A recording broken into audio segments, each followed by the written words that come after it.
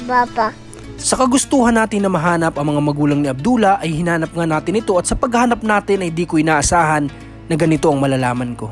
Si Abdullah pala may kambal? Meron po. لا ما عاد يرعبني ظلم يهددني لا شيء أخسره. At sa pagbisita ko ngayon ay napag-alaman ko na ito palang sila Ate Isabel ay pinapaalis na rito. Papaalisin nga daw po kami dito lahat. Kung kaya't ngayong araw ay sabay-sabay nating alamin ang karugtong ng kwento ng buhay ng batang si Abdullah.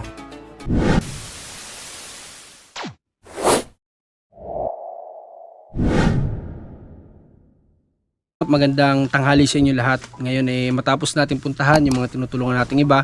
Andito naman tayo ngayon kay Ate Isabel. Medyo basang-basa tayo pawis kasi medyo may kalayuan din doon kay Ate Isabel. Pero andito sila kasama natin sila Bulit, nag-live kami kanina. Tara. Kamustahin natin. Nya? Tara daw. Sabihin mo nga baba. Baba. Sabihin mo mama. Sabihin mo mama. Dali na sa mama. Sabihin mo na mama. Asan si papa? Then. Saan? Then. Asan si mama? Then. Asan yung gatas mo? Then. Puro nandun yung sagot lang ni Abdullah Sabihin mo baba. Loko din. Sabihin mo baba. Dali na. Sabihin mo baba. Baba.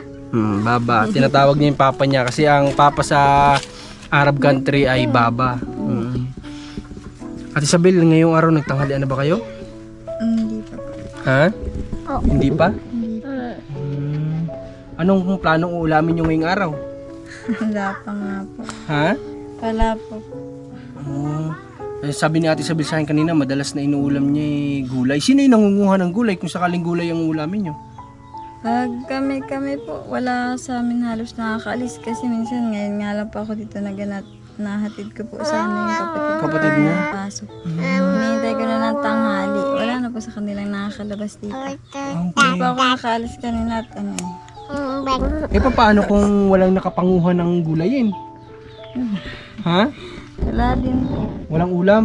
Hindi na kayo nag-uulam? Hindi na. Si itong mga bata nung ulamin? Gatas. Gatas? Grabe naman Nakain yun. naman sila. Kasi dito nga kalingap sa lugar nila Ate Isabel, bukod sa napakalayo sulok, walang mga tindahan, walang dumadaan daw dito na nagtitinda ng, wala di ba? Nagtitindang isda? Wala po. Minsan lang po. Minsan lang, napakabihira pa siguro nun. Wala nga pong nag-ano. Kung dyan sa labasan, may dumadaan ba dyan nagtitinda ng isda? Meron man po. Mag-aabang. Maghihintay kung kailan sila dadaan. Ano pa yun? Timingan pa yun. Paano kung paglabas mo ay nakadaan na pala? Di wala na. Grabing hirap ng sitwasyon nila dito.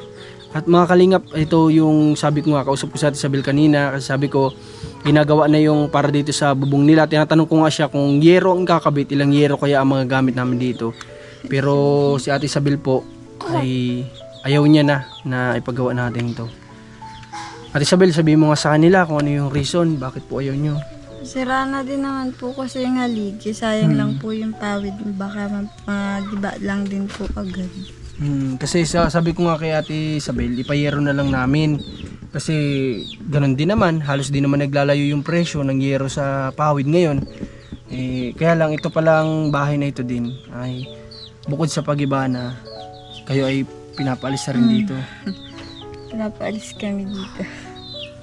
Kailan pa po yan sa inyo sinabi Ate Isabel? Tagal na to, nandito pa yata si mama.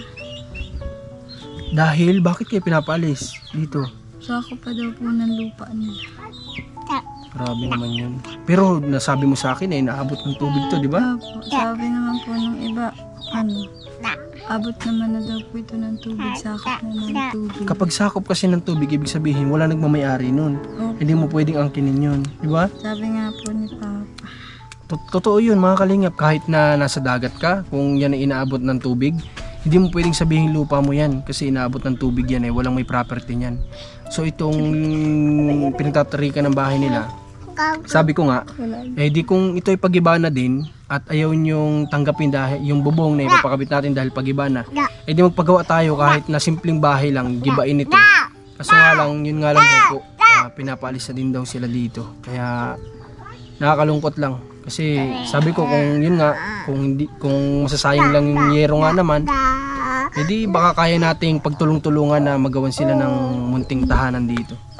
Kaso nga lang yun yung isa nating problema dito. Yun ba Ate Isabel bahay na yun? Hindi ba natin pwedeng paayos? Pwede naman po sana. Kaso pati daw po yun abot. Abot din? Abot daw po yun. Paano itong bahay na ito? Ganon din? Abot din daw po. Papaalisin nga daw po kami dito lahat. Grabe naman yun. Ewan ko kung abot talaga to, hindi. Pero sabi ni Papa, hindi man na daw po ito pwedeng ano yun at sa ano na nga daw po ito sa tubig. Oo, sa tubig na. Pwede kayong humingi ng tulong sa barangay. Pwede tayong, Sa kapitan. oo, Magtanong kayo kung pwede sakop kayong talaga. magtanong Oo. kung sakop pa. Para nang sa ganun natin sa ganito na lang. Kung sakaling hindi na ito sakop, pwede natin ito mapagawa bahay nyo. Sabi ko nga po, sabi po kasi nila ipapasukat daw po nila. Sabi ko nga po sana mapasukat nila ng maaga para malaman naman Malaman kung ka agad. sakop ito. Hindi, hanggang ngayon po wala naman nagpapasukat. Kasi mga kalingap, kung ipapaayos po natin itong isang buong bahay, tapos bigla silang paalisin, yun yung sinasabi natin sa Bill, sayang. Sayang po talaga yung magagamit. Doon si Ate Isabel lang ihinayang. Pero kung sakaling meron man na mapagtitirikan kayo dito, meron pa bang iba? Yung sinabi mo sa akin na medyo ano, Medyo malayo na nga lang po dito. Malapit po dun sa may tabing kalsada. ano yung problema kapag doon? Tubig po. Mapapalayo na kami sa ganitong tubig. Tubig yung problema naman. Mm. Dito kasi sa lugar nila Ate Isabel, mga kalingap, kung mararating nyo lang o mabibideo lang natin to lahat, makikita nyo po na talagang sulok. Napakaliblib na nitong lugar nila Ate Isabel na ito. Mabuti na nga lang, ginawan pa rin ng semento yung daan dyan, di ba? Opo. Kasi dati, ano yan, yung rough, di ba? Putik yan. Lupa lang. Napakadelikado. Kung nakamotor ka o ano, pwedeng madulas. Wala nga po nakakababang motor pag yan ay ano. Ay, dati. So, pasalamat pa rin tayo dun sa nagpasimento ng daan na yun. Kasi kahit paano na semento, dati wala pala nakakababa dito ng motor. So kung doon siguro lagi tayo maglalakad ngayon, di ba Ate Isabel? Hanggang doon lang kami sa taas, magpaparada, lakad tayo palagi. Pag naglalakad nga po kami dyan dati, natanggal na kami ng tsinelas. Ay, Pag ganun? maputik. Matanong ko pala Ate Isabel, yung tiyan mo, sumasakit-sakit na ba? Opo. Sumasakit-sakit na. Ngayon, anong oras na siguro? Siguro may 11 na mahigit. Wala pa ba kayong sinaing? Wala pa po yata. Sino ba nag-aasikaso ng pagkain nyo? Ng kanin? Sino nakatoka sa pagsasaing? Kahit sino po. Pag kami po nandito, lahat naman po kami. Hmm, Yung walang lahat naman. gawa. Yung bigas ba nadala ko sa inyo, naubos na? Naubos na? Dapat pala sa susunod mga kalingap, magdala tayo dito ng bigas ulit. Kasi naubos na yung isang sakong dala natin kala Ate Isabel. Para may maintain sila na may pagsasaing. Ngayon ba may bigas kayo? Wala. Meron po. Meron naman. Okay. Iniwanan naman po kami ni Papa. Oh, umalis na si Papa mo? Galit na po yung kahapon pa. Kahapon? Okay. Umalis na rin pala yung Papa niya. Nagsilip nga lang po. Tapos sabi nila, inanahan nga lang po yung bahay para hindi daw po agad Masira. magbuba. Di ba? Kumusta naman? Siya ba? Nakakausap niya yung mama mo? May contact pa ba silang dalawa? Hindi po. Sila ba, malinaw ko lang Ate Isabel sa'yo kung okay lang? Pagpasensya mo na.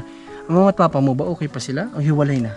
Hindi ko po alam kung ano na sila pero hindi po kasi okay yung dalawa niya. Kaya pala sa tono pa lang ng sabi ni Ate Isabel na hindi nagkakausap, hindi may problem talaga. Mayroon po yun.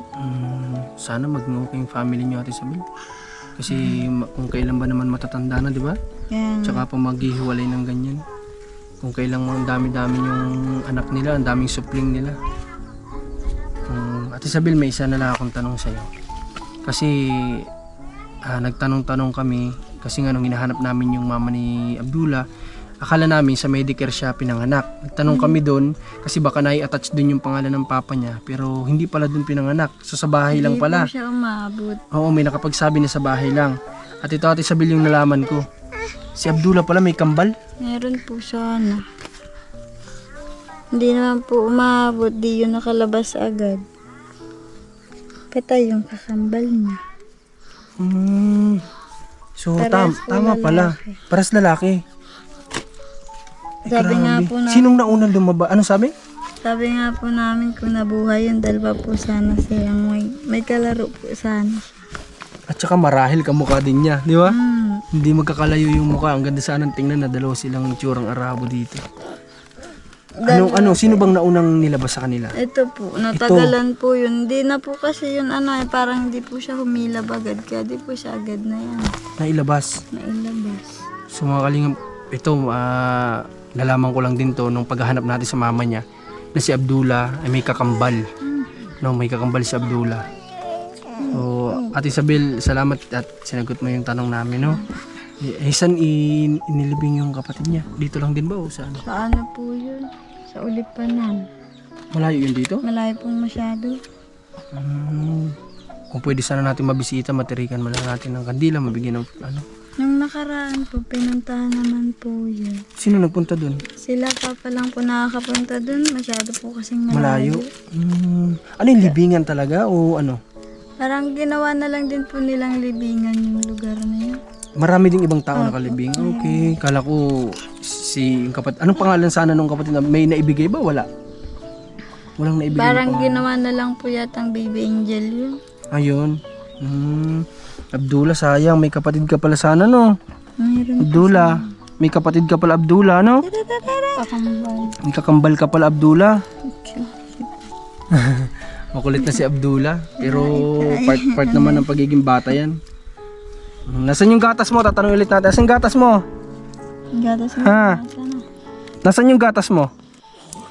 Asan si mama? Ha? Nasaan si mama? Nasaan si mama, Turo? Nasaan si papa?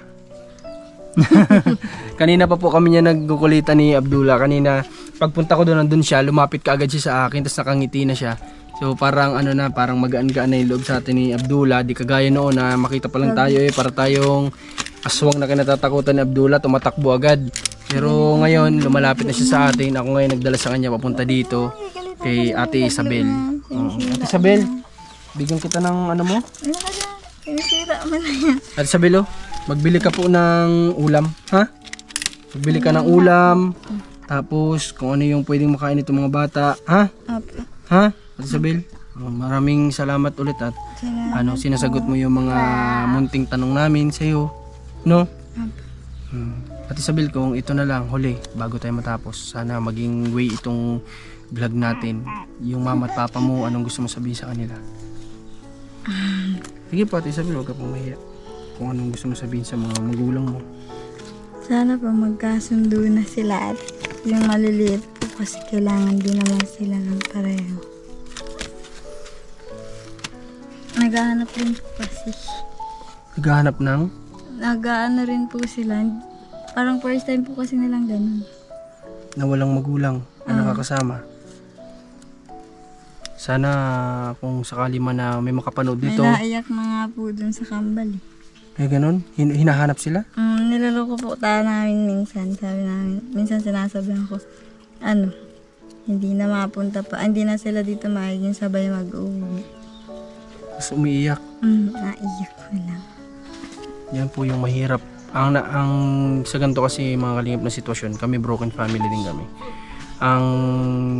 Yung mga magulang po na gumagawa ng ganito, sa tingin ko, pasensya na po kayo, pero sa tingin ko po, ang iniisip nyo lang po ay yung sarili nyo, pero hindi nyo po iniisip yung mga bata na maapektuhan sa ginagawa po natin na ganyan, na maghihiwalay tayo, lalo na marami tayong anak. Sila po ang naapektuhan, hindi po tayo. Tayo yung, sa tingin ko, sa mga magulang na gumagawa ng ganito, iniisip nyo lang po yung sarili po ninyo. Hindi nyo po iniisip yung mga anak ninyo na maapektuhan. Yun lang po. Kaya sana, kung mayroon mang malapit na makapanood nito at makita nyo yung mama o kilala nyo, sana kausapin nyo po sila, payuhan natin na sana ayusin po nilang mag-asawa. Kasi kailangan sila ng mga bata. Lalo na ngayon, umiiyak itong mga bata, hinahanap po sila. Kawawa naman. Diba po, pag may magulang pa rin na nag-aalalay, na nagbabantay, na nagmamahal, na nararamdaman ng mga bata yung pagmamahal ninyo bilang magulang.